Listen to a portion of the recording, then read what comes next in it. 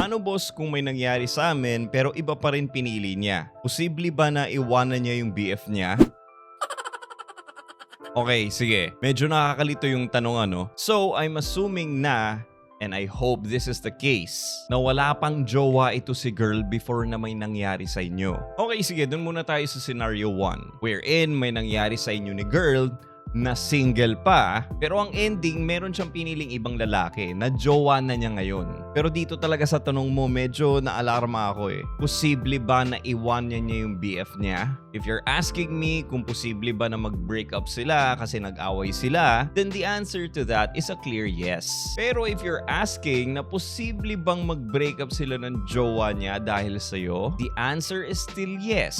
But bro, believe you me, you don't want to go down that path. Kahit kasi sabihin natin na yes, iniwan nga ni girl yung jowa niya kasi meron siyang shoulder to cry on, aka ikaw, what makes you think na in the future hindi niya rin gagawin sa yun? Alam mo bro, kung ganong klaseng karelasyon lang yung hinahanap mo, kumuha ka na lang ng bato, tapos ipokpok mo na lang sa ulo mo. Kasi parehas lang yun eh. Sakit ng ulo lang din yung makukuha mo. Teka, alam, ba't nga ba ako may bato rito sa opisina? Ang ma-advise ko lang sa'yo dito bro is to just walk away and never look back na. Baka naman kasi ang iniisip mo po sweet, meron kasing nangyari sa amin eh. So ang ibig sabihin nun gusto niya din ako, diba? Sayang naman kasi if I let that opportunity pass. Guys, lagi niyong tatandaan na hindi porke nakipagtsuktsakan sa inyong mga babae, ibig sabihin nun ay automatic kayo na. Automatic na exclusive na kayo kagad. It doesn't work that way, bro. Women fall in love slowly compared to men. Women go on dates with the mindset of, is he the one for me?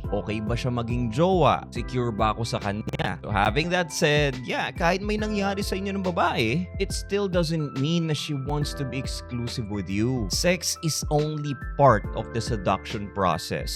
Hindi yan yung sign na exclusive na kayo kagad pag nangyari yan. Women still needs to give off signs na gusto na nilang makipag-exclusive sa inyo. Ngayon, until that happens, she is still free to be whoever she wants to be with. Date whoever she wants. Siya pa rin ang bahala kung kaininong toothbrush na may ugat ang gusto niyang gamitin. Kaya mga sigarilyo, if that happens to you, don't take it personally. Ang pwede at ang dapat mo na lang gawin dito is just stay out of her way na. Kasi may jowa na siya eh. And just focus on dating other women naman who are single ha. So dako naman tayo dito sa scenario 2 wherein may nangyari sa inyo ng girl pero pinili pa din niya yung jowa niya. So meaning may nangyari sa inyo ng babae habang yung babae meron na siyang jowa. Bro, I really hope that is not the case. Unang-una, karma will get you if this is the case. Sisingilin ka rin yan sa bandang huli. And the sad thing about this is kung hindi sa'yo tatama yung karma, sa anak mo pwedeng maningil yan. Real talk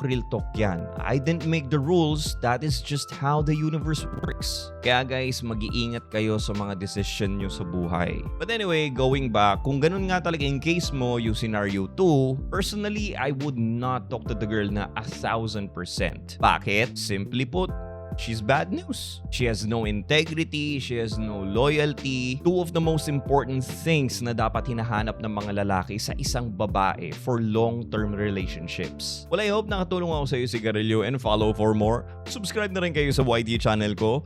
Link in my bio. And also, meron na rin akong Instagram account and Facebook account. I will link that in the description as well.